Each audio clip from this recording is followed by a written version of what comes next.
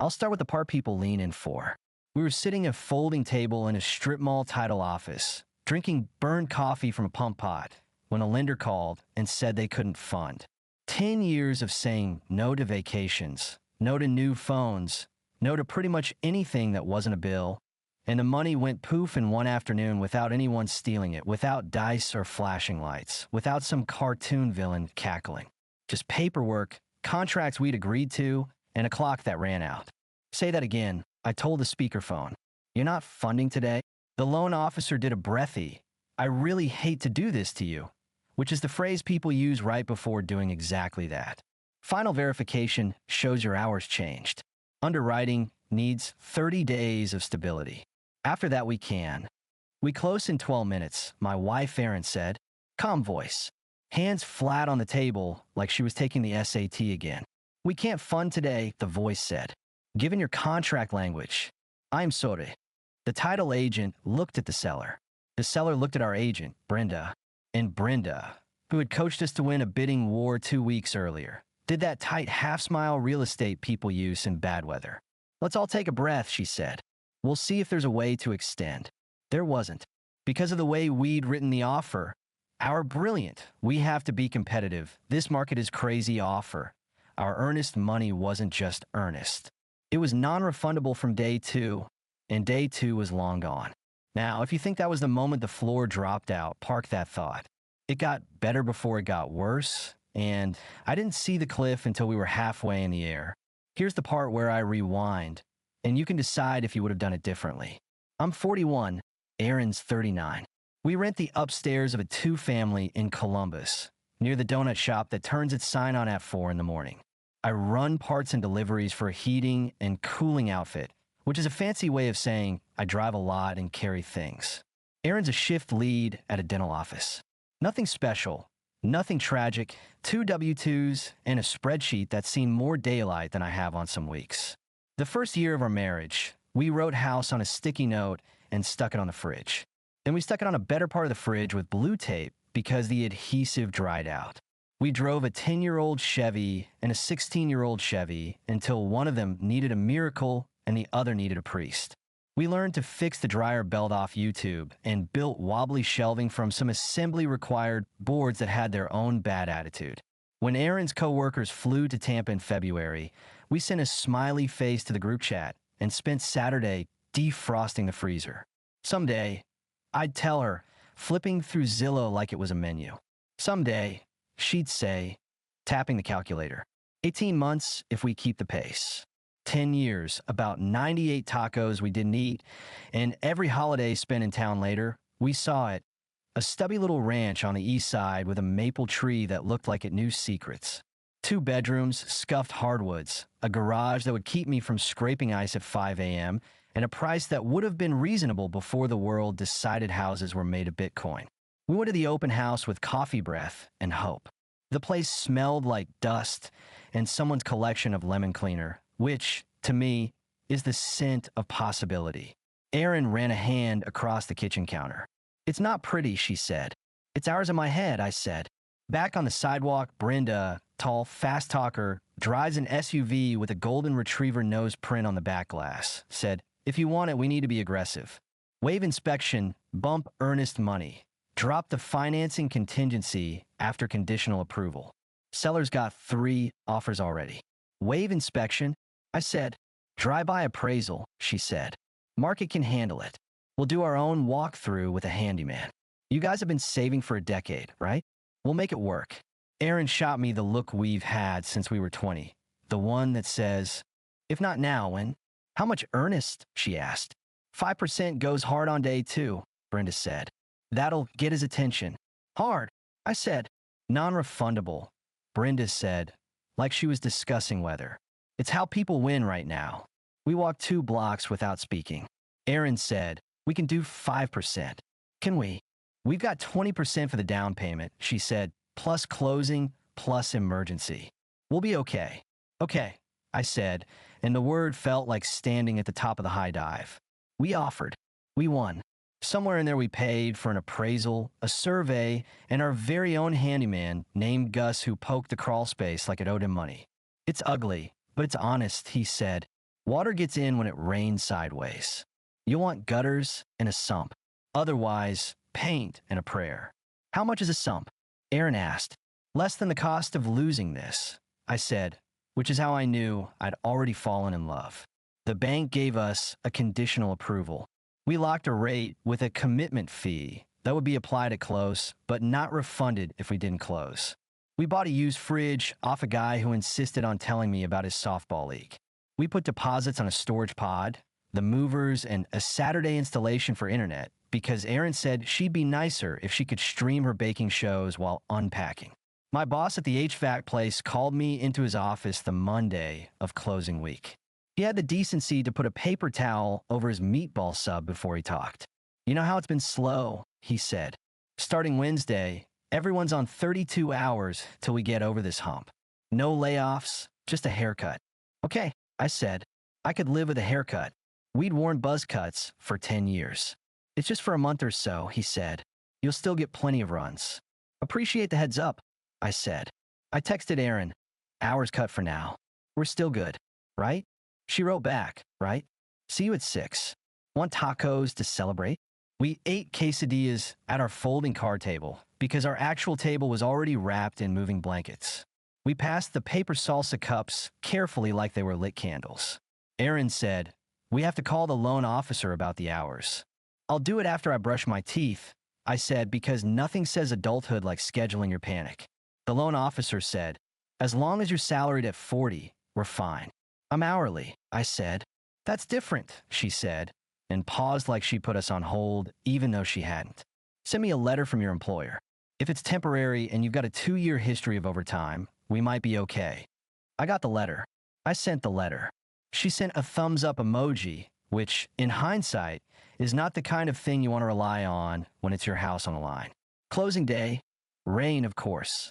Our friend Casey loaned us his pickup so we could haul the new-to-us fridge after signing. We showed up at the title office early because we're those people. The seller was a quiet guy in his 50s in a golf shirt who looked like he'd already mentally moved to Florida. He nodded at us like we were all in on the same joke. We got here, Aaron whispered. Look at us. The title agent slid papers at us with the rhythm of a Vegas dealer. You'll see your deposit applied here, your fees there, and the remainder of your down payment will be dispersed to the seller once we receive funding. Brenda made small talk about schools and the best place to get mulch, which is a very Ohio topic. Then her phone buzzed. Then mine. Loan officer, can we hop on a quick call? We put the phone on speaker. Final verification shows the 32-hour change, she said. Underwriter is not comfortable funding today. We need 30 days of stable income at the reduced level to recalculate and reapprove. We don't have 30 days, I said. We have like 30 minutes. I'm so sorry, she said. We thought the 2-year history of overtime would offset. What about the letter? Aaron asked. The letter shows the change, the loan officer said. That's the issue. Brenda leaned in. Is there any path to a same-day exception? Not without risk we can't take, the loan officer said. If we had more time. We don't, the seller said. First words he'd contributed all morning. I have a simultaneous close on my other place at 3. If this doesn't fund, I can't move and I'm not extending. He looked at us, not unkind, just sure. Contract says non-refundable deposit. I took my place off the market for 2 weeks. I can't start over. Brenda said, would you consider a few days? No, he said. I have movers booked. I have a place waiting. I've already paid people. The title agent cleared her throat like a referee about to read a rule. If there's no funding today, we can't record. If you're not able to perform, we could draw up a mutual release. Mutual, I said, because words still matter to me then. It releases both parties, she said, and authorizes disbursement of the earnest money per the purchase agreement. Aaron stared at the contract packet like you stare at microwave instructions, trying to find the line you missed. So we lose it, she said. You agreed to it going hard on day 2, the title agent said, gentle but not apologizing. Brenda whispered, let's step into the hall. Out in the hallway, there was a vending machine and a framed photo of a bridge I'd never cared about until that second, because at least the bridge knew what job it had to do. So I said, I'm going to make calls, Brenda said. We'll try alternate lenders. We'll ask for an exception. We'll. We already locked with fees, Aaron said. We already paid movers. The storage pod. The internet install. It's not theft, Brenda said. It's just the contract. That sentence is one I still hear when I open the fridge we didn't end up hauling that day. We went back in. The seller stood, not hostile, just a man who had his own chain of dominoes leaning. I'm sorry, he said. I can't delay. I get it, I said. I did, which is the worst kind of understanding. We signed a mutual release. The agent slid a form for the earnest money disbursement. The number was every vacation we'd said no to, every birthday we'd celebrated with a sheet cake at home, every avocado we'd put back because we had peanut butter in the cupboard. It was also the number we'd put in front of a desperate market to say, pick us. We meant it. When it was done, Erin folded her hands again. Is the appliance store open? She asked no one in particular. Brenda winced. Special order, right? Restocking fee if they take it back. They don't take special orders back, I said. Guy was very clear. We'll use it someday, Erin said, and managed to smile like a person who can still look forward on a road that just disappeared. In the parking lot, the rain let up. We stood there with the key we didn't get and the money we no longer had, watching a stray grocery cart roll toward a curb. Casey texted, ready when you are. I typed, not moving today. Long story. Thanks, man. We drove home in silence. The dash made that polite ding it makes when you leave the headlights on, which felt personal. On the way, Erin said, say it. Say what? That we made a mistake, she said. Get out. We made a bet in a weird market, I said. We didn't think your toothache and my hours would line up with underwriting like an unlucky crossword. We trusted the plan. The plan blinked. At home, our living room looked like a yard sale for people who make bad decisions. Boxes labeled kitchen. 2, bath. Books we still pretend we'll read. The cat glared at us from a laundry basket like we'd ruined his weekend. I called the appliance store. Hey, it's the guy with the Frigidaire, I said. Crazy question. Can I return a special order? Special orders are final, the woman said. I can give you store credit for the extended warranty if you didn't open it. Great, I said. That's like a gift card to a restaurant that burned down. What, she said. Nothing, I said. Thank you. Erin called the storage pod company. We're not moving this weekend. Can we push it? Sure, the man said. There's a reschedule fee.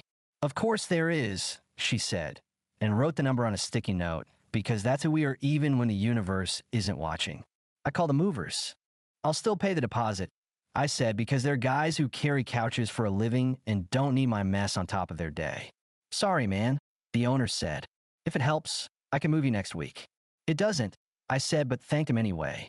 The loan officer left a voicemail about resubmitting in 30 days.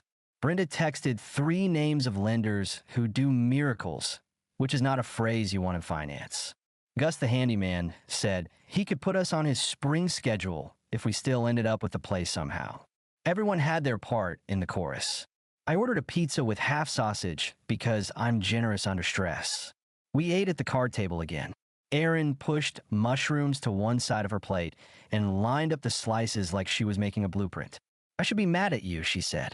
I'm not. I'd rather you be a little mad at me than at yourself, I said. I'm mad at the idea that doing everything right doesn't always work, she said. I didn't schedule that. Welcome to the deluxe tour, I said. She looked up. Do we tell people? We'll tell them we lost a deposit, I said. We won't say the number unless someone's buying us dinner. Her eyes flicked from the wall clock to the stack of labeled boxes to the cat, who had found a way to look disappointed in something he didn't understand. I need a shower, she said. I smell like the DMV. We did the things you do when your plan breaks. Cancel time off with our bosses, apologize to Casey about the truck, shove the key to a house we didn't buy into a junk drawer so it would stop winking at us. 2 days later, I saw the seller sold sign come down when I drove a run past the old neighborhood. There was a new car in the driveway and a guy unloading a grill. It stung, then it didn't. Life is rude like that. At work, the 32 hours were more like 30 by the time the week ended, and I took every extra run I could get. Erin picked up a Saturday at the dental office where the kids decorate the waiting room fish tank for holidays. We stood at the grocery store comparing pasta prices like we were auditioning for a commercial about thrift. When our neighbors asked how the move went, we said, long story, which was true, and we'll get there, which was also true, even if we didn't know how. People love a culprit. They want a person to point at so they can feel safer than you. We didn't have one. We had a contract, a market, a timing change, and our decision to look braver on paper than we felt at 3 in the morning. The money didn't get taken. It got applied exactly where we said it should if we couldn't do what we promised. There's a clean kind of pain in that if you're into tidy heartbreaks. A week later, Brenda called. I have a smaller place in Westgate, she said. Not as cute, but the price is saner. We can write an offer without hard money. Long or close. The seller's reasonable. We need to be reasonable too, I said. Like truly reasonable. Understood, she said. One look. Aaron held up the sticky note from our fridge, the one with house on it, edges curled, a ghost of blue tape on one corner. I don't want to take it down, she said. I want to earn putting it back up. We can go see, I said. We can say no a lot before we say yes. We toured the Westgate place. The floors creaked like old knees. There was a sag in the porch that made me think of all the Saturdays I'd spend under it with a jack and a prayer. The kitchen had cabinets from a decade that believed in mustard yellow. Aaron stood in the living room and said, I could live here if the porch stopped pouting. We didn't write an offer. Not yet. We went home and cooked spaghetti, which is what we do when life asks for a reset. We put the sticky note back on the fridge, a little higher this time because that felt right. I made a new spreadsheet tab and called it Crawl because walking was for people who hadn't just paid tuition to the School of Almost. At some point in that first quiet week, my dad called. He's the sort who hands you tools when you're telling him about your feelings. You get knocked out? He said. Rung my bell. I said. Okay, he said.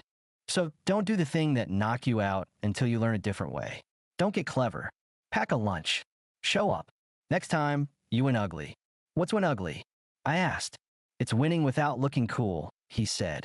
Best kind. We didn't replace the money with a big speech or a meme about resilience. We replaced it $30 a time. Aaron found a temp gig stuffing envelopes 3 nights a week. I sold a set of speakers I swore I would fix someday and never did.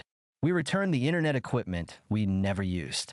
The appliance store gave us that silly warranty credit, which I stuck in a drawer like a souvenir from a town we drove through in the rain.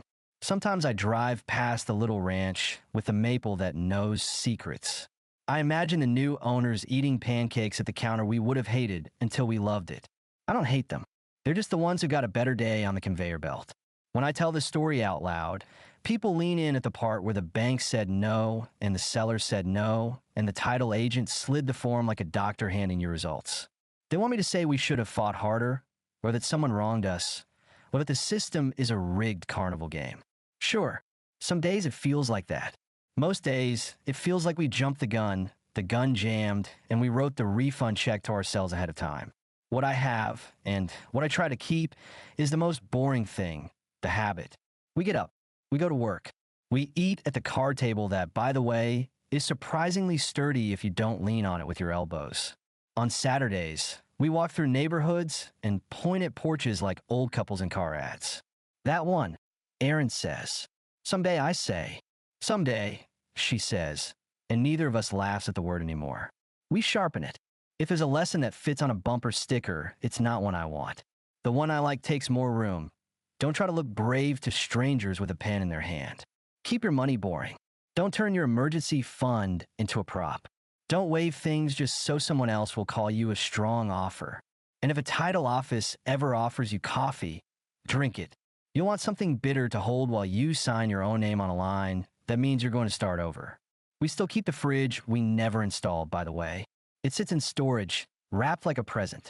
Once in a while, when I'm grabbing the snow shovel or the tote of Christmas lights, I knock on its side out of habit. Aaron calls it our hopeful appliance. It's dumb, I know, but it's also a decent reminder that not everything in used is wasted. The sticky note is still on the fridge in our rental. The blue tape is new. The corners are less curled. We don't owe anyone a cinematic comeback. We owe each other the next good decision. And when the right front door shows up, somewhere with cranky floors and a porch that needs coaxing, we'll walk through it like we're not trying to impress anyone. We'll sign the line that doesn't require bravery, just patience. And this time, when someone says, your deposit goes hard on day 2, we'll answer, not ours. Then we'll bring in a hopeful appliance and make pancakes.